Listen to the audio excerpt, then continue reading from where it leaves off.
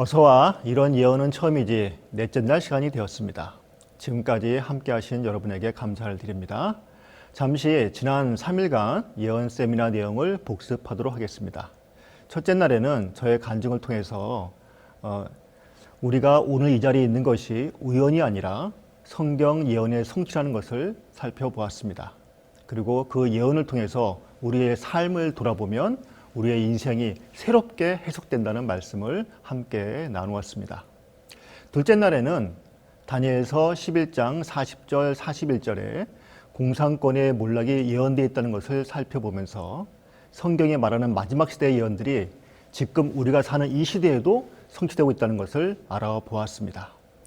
여기서 잠시 그럼 공산주의 세력이 이제 시작된 것이 태동한 것이 1900년 초인데 그 이전에 공산국가라는 개념이 없던 사람들은 이 예언의 말씀을 어떻게 이해할 수 있는가라는 질문을 할 수도 있겠습니다. 이런 사실로 인해서 우리는 성경의 예언을 꾸준히 연구할 필요가 있습니다. 우리가 앞서 살펴보았던 마태복음 24장의 내용도 일부는 1세기에 성취되었습니다. 근데 당시의 유대 그리스도인들은 그 내용을 전체를 다 이해하지 못했습니다. 시대가 흘러가면서 그리스도인들은 좀 더 분명하게 그 구조를 이해하게 되었던 것입니다. 마찬가지로 우리는 다니엘서와 요한계시록의 마지막 부분들을 우리가 시대를 살피고 성경 말씀을 깊이 연구함으로 더 깊고 더 정확하게 이해할 필요가 있게 되는 것입니다. 그래서 성경 예언은 큰 방향성과 해석의 원칙은 분명하지만 세부적인 성취는 계속적인 연구 속에서 더 밝게 확인된다고 생각하시면 될 것 같습니다. 셋째 날에는 코로나19가 우리 시대에 어떤 예언적인 의미가 있는지를 살펴보았습니다.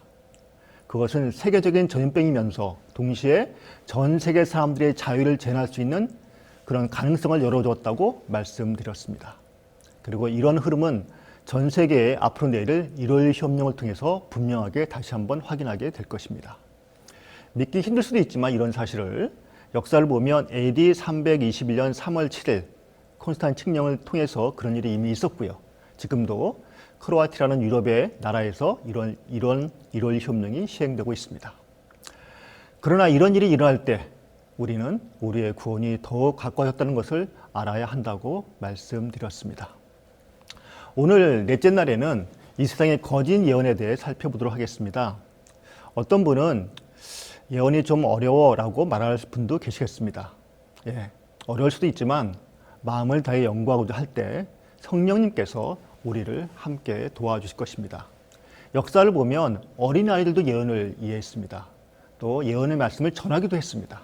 그래서 여러분이 진짜를 알고 속지 않기 위해서 이 성경의 예언을 공부하는 데 시간을 투자하시면 많은 기도의 응답이 있게 될 것입니다.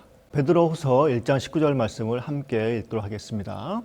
또 우리에게는 더 확실한 예언이 있어 어두운 데를 비추는 등불과 같으니 날이 새어 샛별이 너희 마음에 떠오르기까지 너희가 이것을 취하는 것이 옳으니라.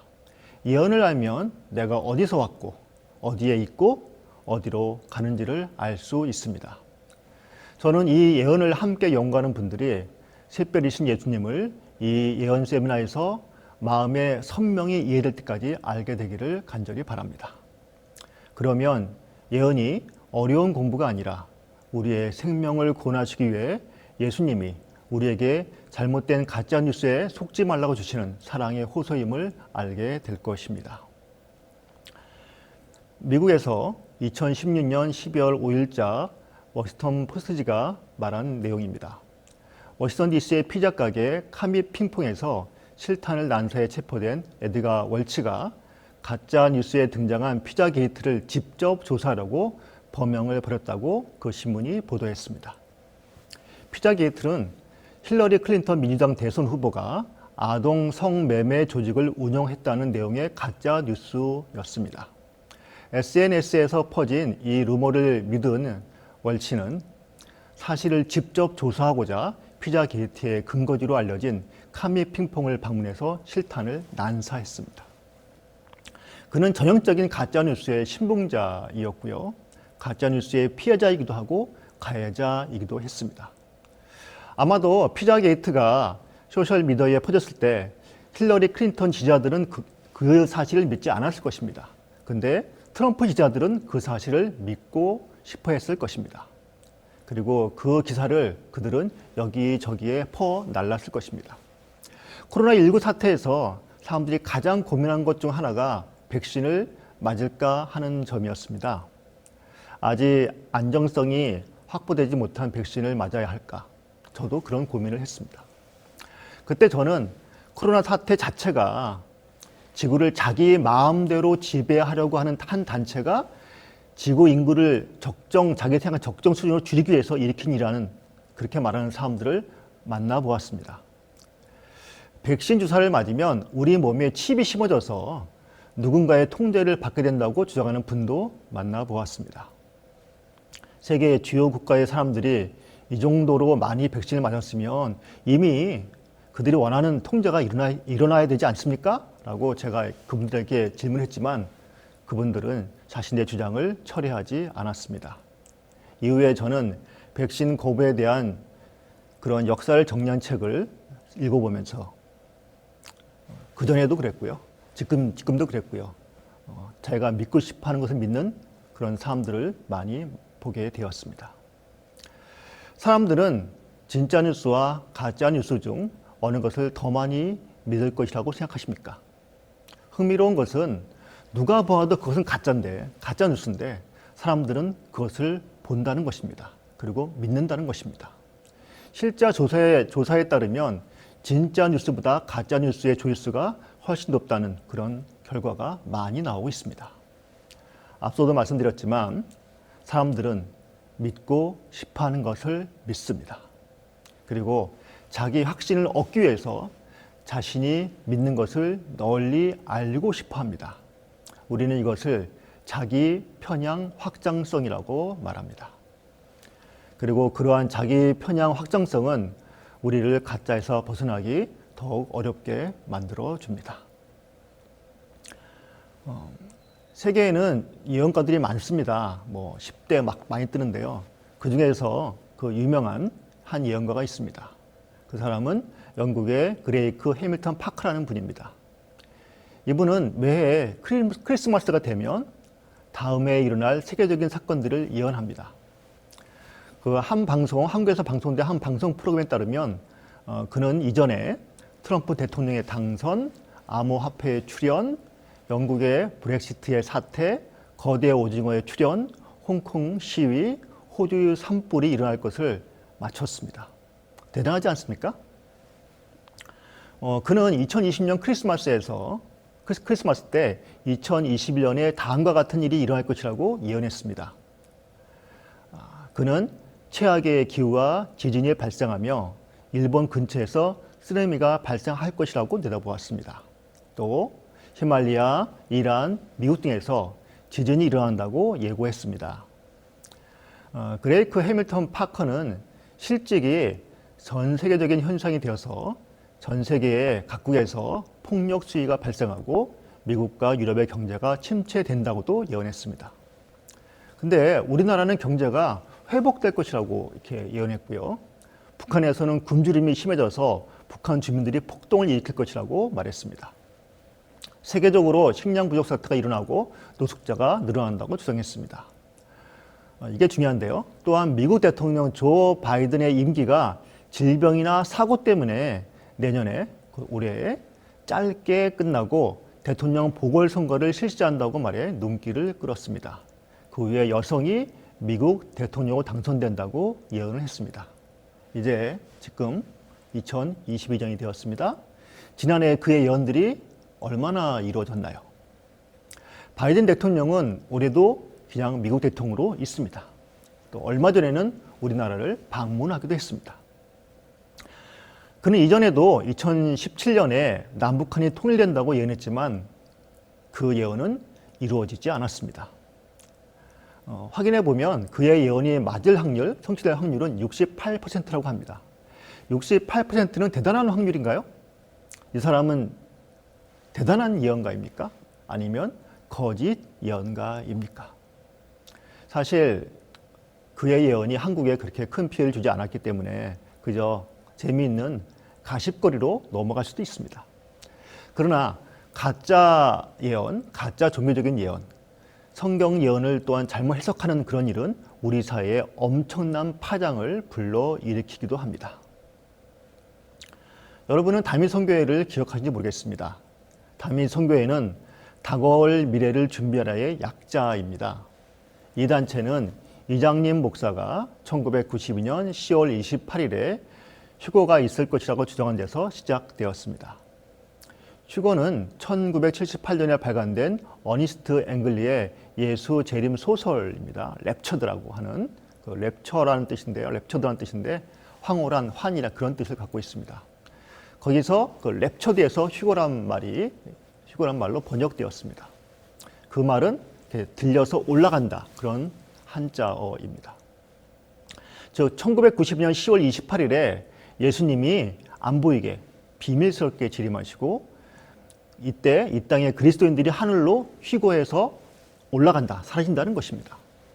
저도 이와 비슷한 책을 읽어보았습니다.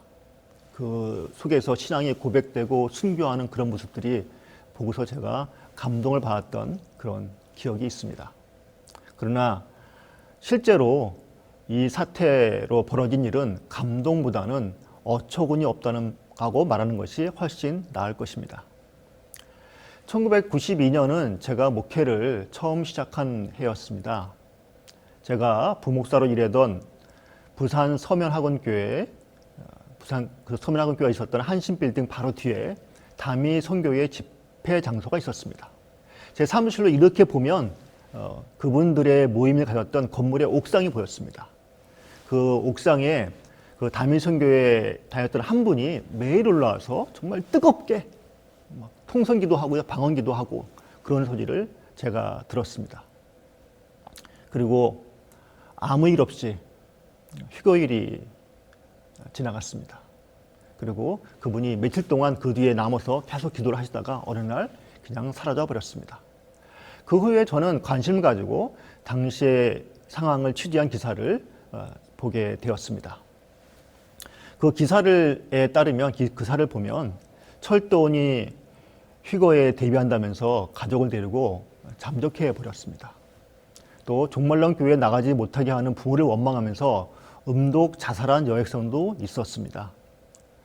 전 재산을 팔거나 재산의 태반을 매각해서 교회에 바치고 10월 28일까지만 살 수 있는 재산을 들고 기도에만 몰두하는 사람들이 상당수 있었습니다.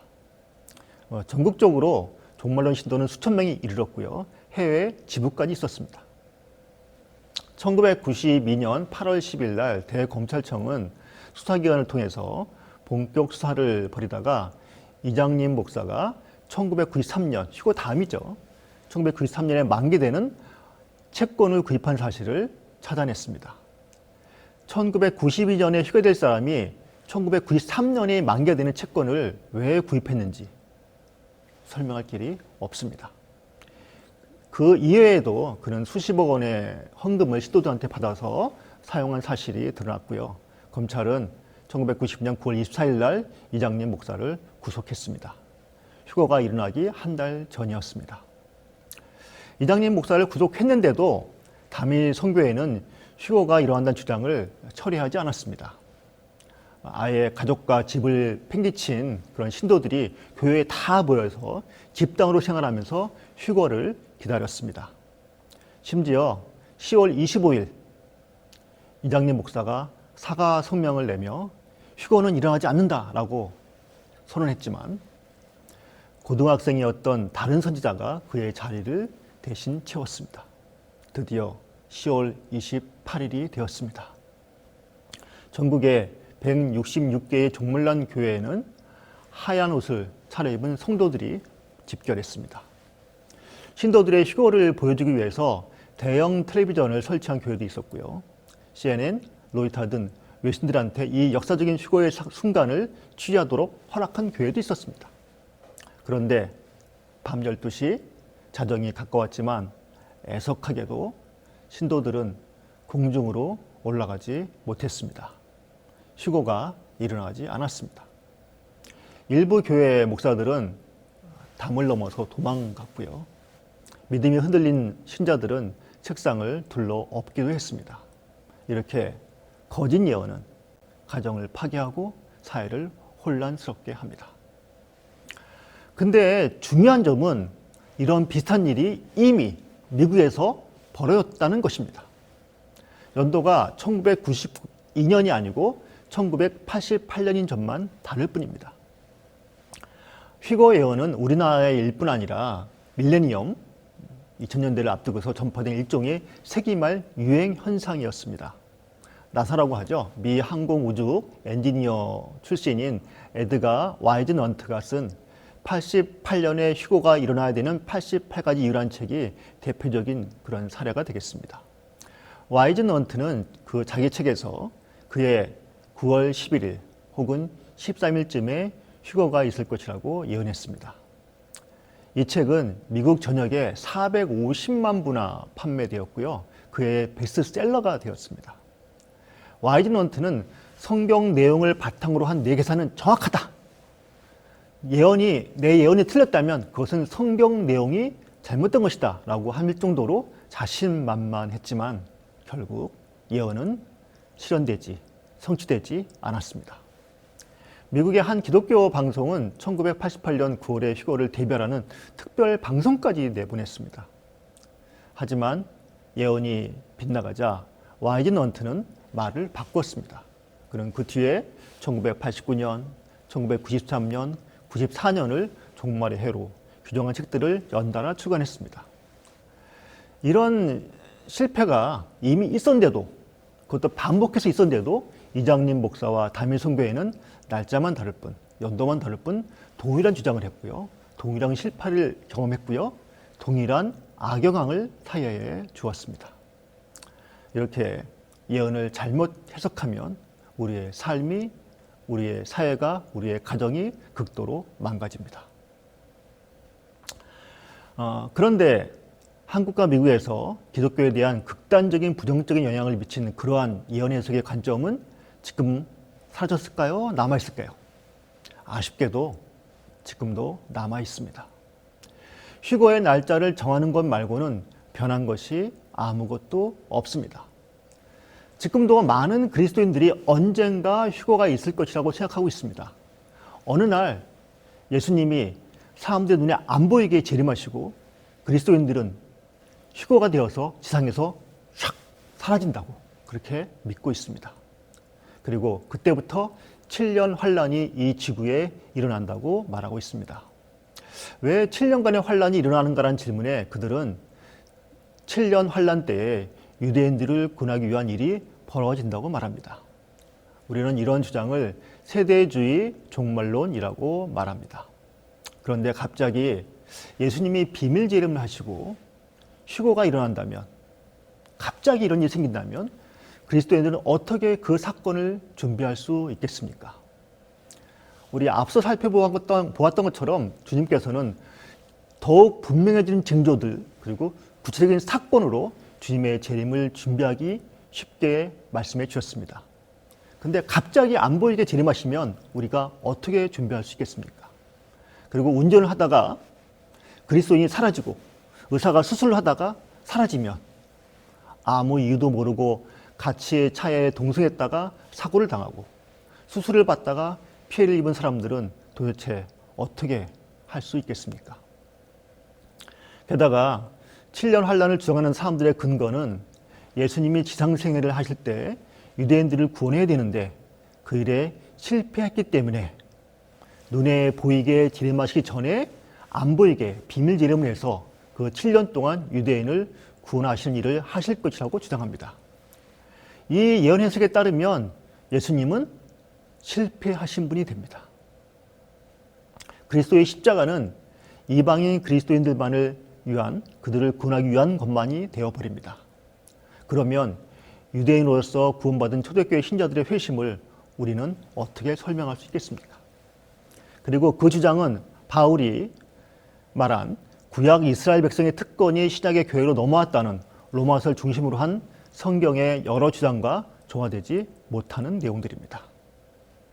이렇게 거짓 예언과 잘못된 해석은 그리스도인들의 재림 준비를 제대로 못하게 할 뿐 아니라 어두운 밤에 빛을 비추시는 샛별 대신 예수 그리스도를 잘못 받아들이게 합니다.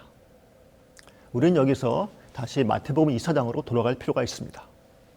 제자들이 예수님께 어느 때에 이런 일이 있겠사오며 또 주의 임하심과 세상 끝에는 무슨 징조가 있사오리까라고 마태복음 24장 3절에서 물었습니다. 이에 대해서 주님이 난리와 난리, 또 전쟁, 기근, 지진 등을 말씀하셨지만 그분이 특별히 우리에게 강조한 내용이 있습니다. 예수님은 마태복음 24장 4절, 5절, 11절에서 미혹이라는 말을 3번이나 사용하시면서 거짓 선지자와 거짓 그리스도가 일어날 때 하나님의 백성들이 거기에 미혹받지 말라고, 속지 말라고 강조하십니다. 더 나아가서 마지막 때가 임하면 더 큰 환란이 일어날 것이고 거짓 그리스도와 거짓 선지자들이 더 큰 표적과 큰 기사를 보여서 할 수만 있다면 하나님을 믿는 사람들조차도, 택하신 사람조차도 미혹하게 한다고 말씀하셨습니다. 23절, 26절에 그 내용이 나와 있습니다. 미혹이란 말은 잘못된 가르침에 자기도 모르게 빠져드는 것을 말합니다. 잘못된 가르침에 큰 표적과 기사, 이적이 더해지면 사람들은 잘못된 가르침이 잘못된 것인지 모르고 따라갈 것입니다. 분명한 사실은 예수님이 마태복음 24장에 말씀을 주신 것은 하나님의 백성으로 거짓에 미혹당하지 않게 하시기 위함이었습니다. 그 구절들 살펴보면 3에서 11절과 17절에서 26절에는 양쪽 모두 거짓 미혹의 한가운데 거짓 미혹의 말씀들이 나오고요. 14절, 그 가운데 14절에서 천국 복음이 모든 민족에게 증언되고 온 세상에 전파되어야 끝이 온다는 말씀이 그 가운데에 자리 잡고 있습니다. 그리고 15절에서, 바로 그 다음 15절에서는 우리 어제 살펴보았던 이 세상의 마지막이라는 구체적인 사건이 있다는 것입니다. 곧 멸망에 가장 것이 거룩한 곳에 서게 되는 일이 일어난다고 구체적으로 예수님께서는 말씀해 주셨습니다. 천국 복음이 무엇일까요? 천국으로 하나님의 백성을 인도할 진리의 말씀입니다.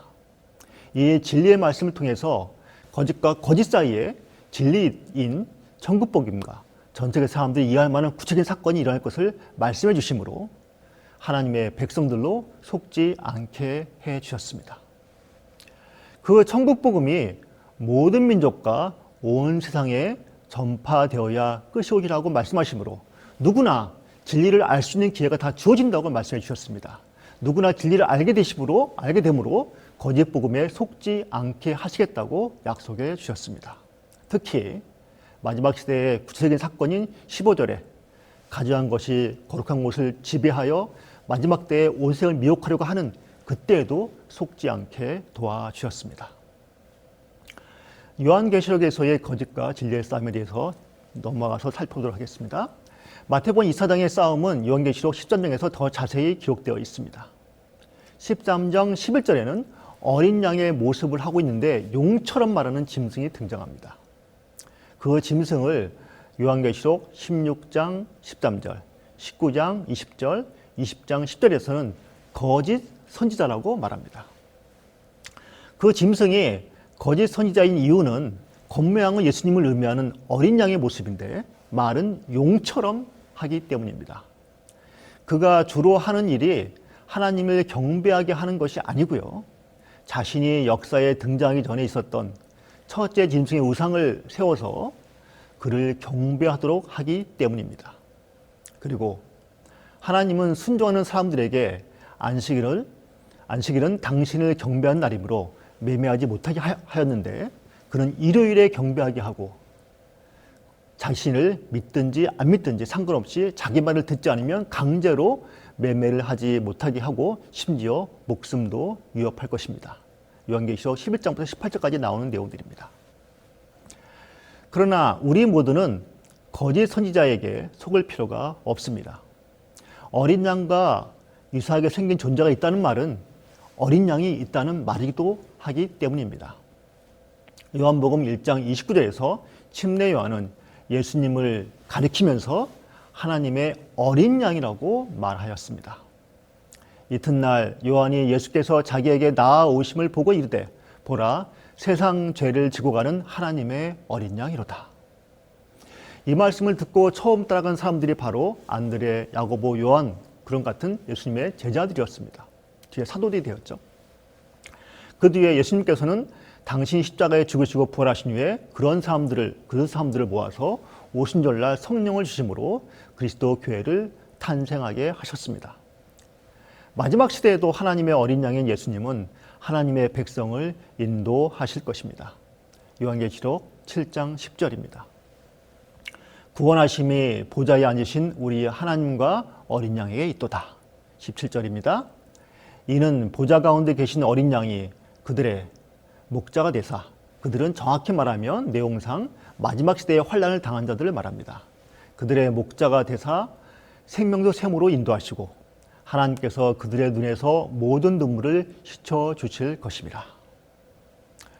그리고 예수님은 2000년 전에 오셨을 때 초대교회를 세우셨듯이 이 마지막 시대에 순교한 교회를 이 세상에 두심으로 사람들이 안전하게 어린 양 되신 예수님을 따르도록 가르쳐 주실 것입니다.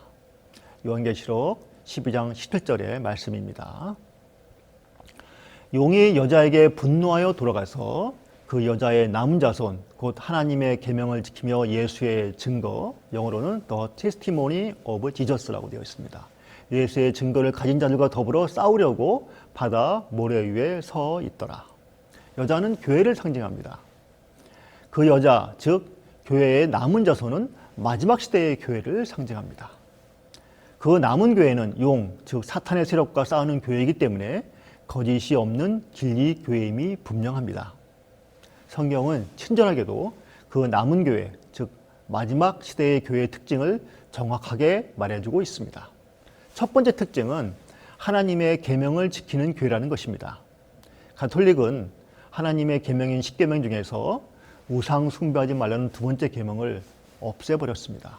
그리고 넷째 계명인 안식일을 기억하여 거룩히 지키라는 계명을 주일, 곧 일요일로 지키라는 말로 바꾸어 버렸습니다. 그리고 지금 세계의 수많은 교회들이 성경에 말하는 안식일이 아닌 일요일에 예배를 드리고 있습니다. 둘째, 그 교회는 예수의 증거를 가지고 있습니다. 요한계시록 19장 10절은 예수의 증언, 우리가 증언 약간 차이가 있지만 영어로는 같은 말입니다. The Testimony Jesus 같은 말입니다. 예수의 증언은 예언의 영이라고 말씀하고 있습니다. 앞서 살펴보았듯이 마지막 시대에는 그리스도와 적그리스도가 대립합니다. 다시 말해서 어린 양처럼 보이는 짐승과 진짜 어린 양이신 예수님이 싸움을 벌입니다. 예수의 증거를 가진 교회는 어린 양처럼 보이는 짐승과 진짜 어린 양이신 예수님을 구분할 수가 있습니다. 구별할 수가 있습니다. 또 요한계시록 16장 14절을 보면 귀신의 영이 거짓 선지자인 어린 양과 같은 짐승을 이끌어 간다고 말하고 있습니다. 근데 예수의 증거는 예언의 영이라고 말하고 있습니다. 정리하면 예수의 증거를 가진 교회는 예언의 성령께서 인도하신다는 것입니다. 마지막 시대에는 귀신의 영과 예언의 영이 싸울 것입니다. 그리고 예수의 증거, 즉 예언의 영을 가진 교회는 귀신의 영의 미혹에 넘어가지 않을 것입니다. 우리는 이 부분을 내일 다섯째 날에 더 집중적으로 살펴볼 것입니다. 셋째, 그 교회는 세계적인 교회입니다. 남은 교회와 싸우기 위해서 용이 바다와 땅이 만나는 바다 모래 위에 서 있습니다. 이로 보아서 이 싸움은 전 세계적인 싸움이 될 것이고 그 싸움의 대상인 교회도 전 세계적인 교회이어야만 합니다.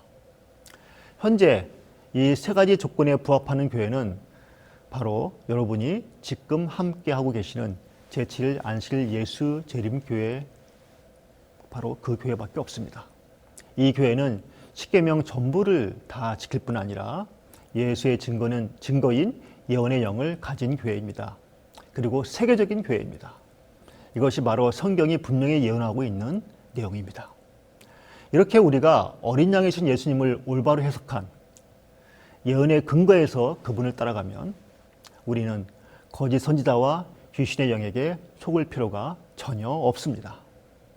팩트체크를 통해서 가짜 뉴스를 고를 수 있는 것 같이 우리는 올바로 예언을 해석함으로 어린 양이신 예수 그리스도를 따라가면 거짓 가르침을 고를 수가 있겠습니다.